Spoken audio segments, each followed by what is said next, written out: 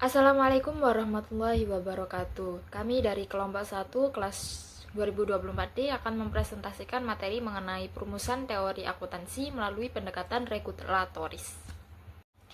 Sebelum memasuki penyampaian materi, izinkan saya untuk memperkenalkan anggota kelompok kami. Yang pertama ada Tria Kurniasari dengan 3 digit NIM terakhir 058. Selanjutnya ada Serli Eka Malinda dengan 3 digit NIM terakhir 126. Selanjutnya ada Rahajeng Dian Vita Azalia dengan 3 digit NIM terakhir 200. Selanjutnya ada Nur Rahmatul Ulumia dengan 3 digit NIM terakhir 230. Dan yang terakhir ada Atia Putri Mumtazah dengan 3 digit NIM terakhir 279. Untuk materi selanjutnya mengenai entitas-entitas yang berkepentingan dengan standar akuntansi. Yang pertama ada individual dan kantor akuntan publik. Individual maupun KAP memiliki peran penting melalui auditor independen yang bertugas memeriksa serta memberikan opini atas laporan keuangan perusahaan.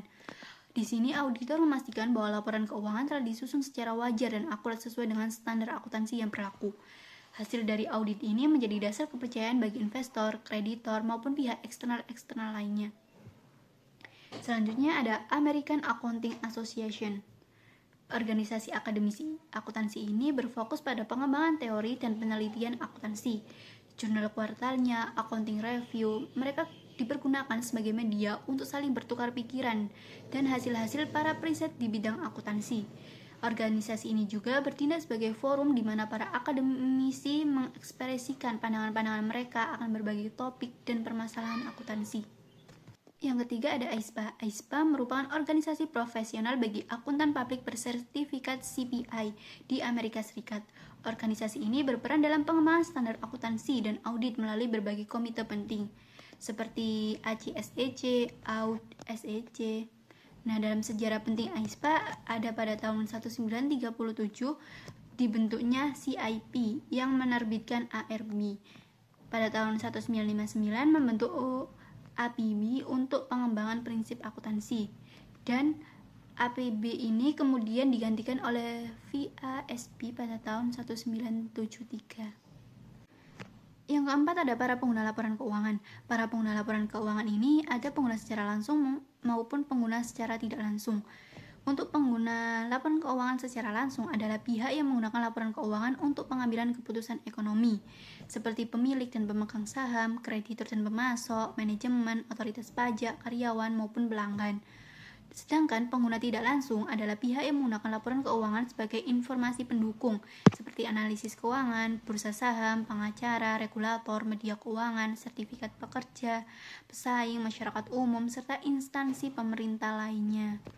Yang terakhir ada konstituen lingkungan pelaporan keuangan. Lingkungan pelaporan keuangan terdiri dari berbagai kelompok utama. Yang pertama ada investor. Investor ada yang terdiversifikasi maupun tidak terdiversifikasi. Ada yang aktif maupun pasif, ada yang profesional maupun non-profesional. Yang kedua ada regulator, ada FASB, SEC maupun Kongres. Yang ketiga ada perantara informasi, ada analisis keuangan, agen pemeringkatan saham dan obligasi, penasehat investasi maupun perusahaan pialang. Yang keempat ada manajemen, ada perusahaan besar maupun kecil, perusahaan publik maupun privat. Selanjutnya yang terakhir auditor, ada kantor secara nasional maupun lokal, ada praktik SEC maupun non-SEC. Pihak-pihak yang berwenang menetapkan standar akuntansi.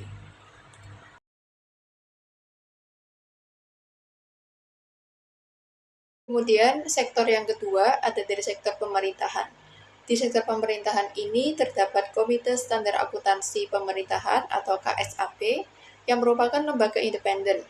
Tugasnya adalah untuk merumuskan dan menetapkan standar akuntansi pemerintahan atau SAP yang digunakan oleh pemerintah pusat maupun pemerintah daerah.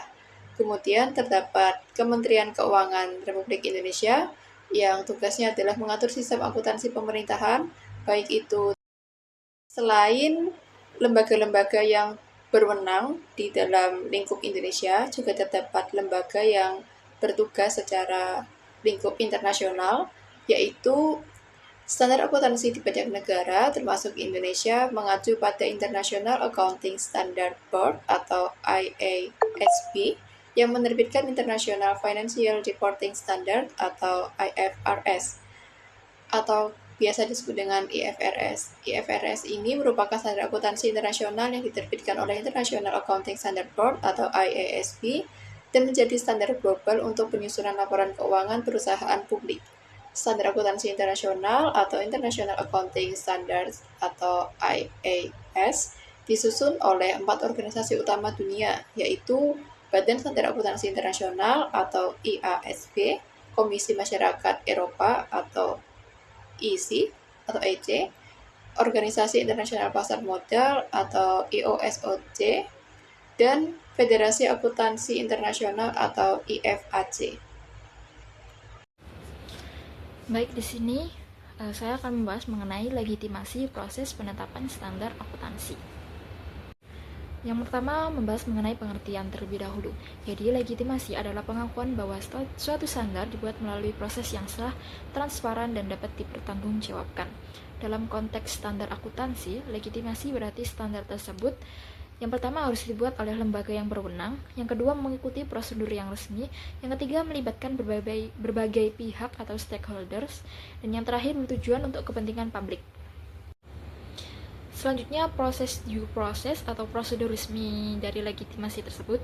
Ketepatan legitimasi dalam penetapan standar akuntansi sangat ditentukan oleh apakah lembaga penyusun seperti Ikatan Akuntan Indonesia atau IAI melalui DSAK atau International Accounting Standard Board telah menjalankan dua proses secara benar dan konsisten. Yang pertama ada identifikasi masalah, yang bertujuan untuk mengkaji kebutuhan perubahan atau pembaruan standar berdasarkan perkembangan praktik bisnis, regulasi, dan kebutuhan pengguna laporan keuangan. Yang kedua, penyusunan exposure draft, yang bertujuan untuk merumuskan rancangan awal standar yang berisi ketentuan teknis dan dasar pertimbangannya. Yang ketiga, ada publikasi untuk komentar publik. Exposure draft dipublikasikan agar akademisi, praktisi, regulator, dan pihak lain dapat memberikan tanggapan tertulis. Yang terakhir ada evaluasi dan pembahasan masukan. Seluruh komentar dianalisis secara objektif sebelum dilakukan revisi terhadap rancangan yang standar. Selanjutnya, dasar teoritis dan konseptual. Standar akuntansi harus mengacu pada kerangka konseptual sebagai dasar penyusunan laporan keuangan. Di Indonesia, PSAK disusun oleh Ikatan Akuntan Indonesia yang mengadopsi kerangka konseptual dari International Accounting Standards Board. Kerangka ini memuat tujuan pelaporan keuangan, karakteristik kualitatif, serta definisi unsur laporan keuangan. Selain itu, standar harus selaras dengan teori akuntansi agar konsisten secara logis dan tetap berorientasi pada tujuan utama pelaporan keuangan, yaitu menyediakan informasi yang bermanfaat bagi pengambilan keputusan ekonomi investor dan kreditur. Selanjutnya ada standar akuntansi yang berlebihan. Standar akuntansi berlebihan dapat diidentifikasi melalui beberapa hal. Yang pertama adalah standar yang terlalu banyak. Yang kedua ada standar yang terlalu detail. Yang ketiga, tidak ada standar yang tegas, membuat pemilihan suatu aplikasi menjadi sulit. Yang keempat, standar dengan tujuan umum tidak mampu untuk mengatasi perbedaan-perbedaan yang terdapat dalam kebutuhan dari para pembuat, pengguna, dan CPA. Dan yang terakhir ada pengungkapan yang berlebihan, pengukuran yang rumit, ataupun keduanya. Selanjutnya, dampak dari standar akuntansi yang berlebihan. Dampaknya dapat dirasakan oleh akuntan, auditor, pengguna, maupun manajer. Solusi yang dapat diterapkan adalah menciptakan GAAP yang terpisah bagi entitas tertentu, perubahan standar CPA untuk laporan keuangan, dan menyederhanakan aplikasi GAAP untuk seluruh perusahaan bisnis. Baik, untuk materi selanjutnya yaitu pilihan dalam akuntansi.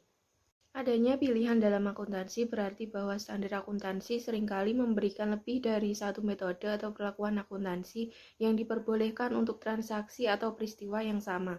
Artinya, untuk satu jenis transaksi, perusahaan dapat memilih metode yang paling sesuai dengan kondisi dan kebijakan manajemennya, selama tetap sesuai dengan standar yang berlaku seperti PSAK atau IFRS. Alasan mengenai adanya pilihan dalam akuntansi biasanya dikarenakan terdapat perbedaan karakteristik perusahaan serta pertimbangan relevansi dan reliabilitas perusahaan. Berikut adalah beberapa pilihan dalam akuntansi. Yang pertama yaitu metode penilaian persediaan. Memilih antara metode FIFO atau first in first out, LIFO atau last in first out, atau rata-rata tertimbang atau weighted average yang mempengaruhi harga pokok penjualan, dan nilai aset. Yang kedua, metode depresiasi atau penyusutan, yaitu memilih antara garis lurus atau straight line, saldo menurun atau declining balance, atau jumlah unit produksi untuk menetapkan beban penyusutan aset tetap. Lalu model pengukuran aset tetap, yaitu memilih antara model biaya atau cost model atau model revaluasi atau revaluation model. Selanjutnya yaitu perlakuan bunga, yaitu memilih antara mengkapitalisasi bunga atau capitalization sebagai bagian dari biaya aset atau membebankannya langsung pada laporan laba rugi atau expensing. Selanjutnya pengakuan pendapatan, yaitu pilihan dalam menentukan waktu pengakuan pendapatan, terutama untuk kontrak jangka panjang. Lalu estimasi akuntansi, yaitu penentuan masa manfaat aset, nilai sisa, atau estimasi piutang tak tertagih. Selanjutnya, strategi penerapan standar akuntansi bagi negara-negara berkembang. Strategi utama dalam penerapan standar akuntansi di negara-negara berkembang bisa melalui yang pertama, pendekatan konvergensi bertahap dengan cara melibatkan konvergensi PSAK dengan IAS atau IFRS secara bertahap, seperti yang dilakukan di Indonesia. Kemudian yang kedua, bisa melakukan adaptasi konstekstual atau situasional dengan cara menyesuaikan standar internasional dengan kondisi ekonomi, budaya, dan hukum setempat. Contohnya, menyusun standar khusus untuk UMKM seperti SAKEP atau SAKETAP yang lebih sederhana dibandingkan menggunakan standar untuk perusahaan publik. Kemudian yang ketiga, strateginya bisa berupa edukasi dan pelatihan intensif mengenai standar baru, seperti IFRS, untuk mengatasi kesenjangan pemahaman. Strategi selanjutnya bisa melakukan adopsi teknologi akuntansi terkini untuk mendukung pelaporan keuangan yang kompleks dan berbasis fair value. Kemudian yang kelima, bisa melakukan dukungan dan bisa dengan cara dukungan dari regulasi dari pemerintah, yaitu pemerintah memberikan dukungan kebijakan, misalnya seperti PMK nomor 100 tahun 2005 di Indonesia, yang memperkuat transparansi dalam akuntansi pemerintahan. Dan yang keenam, bisa melakukan kolaborasi internasional, yaitu dengan cara bekerja sama dengan Badan Standar Internasional atau IASB dan organisasi profesi seperti IAI di Indonesia untuk memfasilitasi proses adopsi. Baik, sekian presentasi dari kelompok kami. Kurang lebihnya mohon maaf. Wassalamualaikum warahmatullahi wabarakatuh.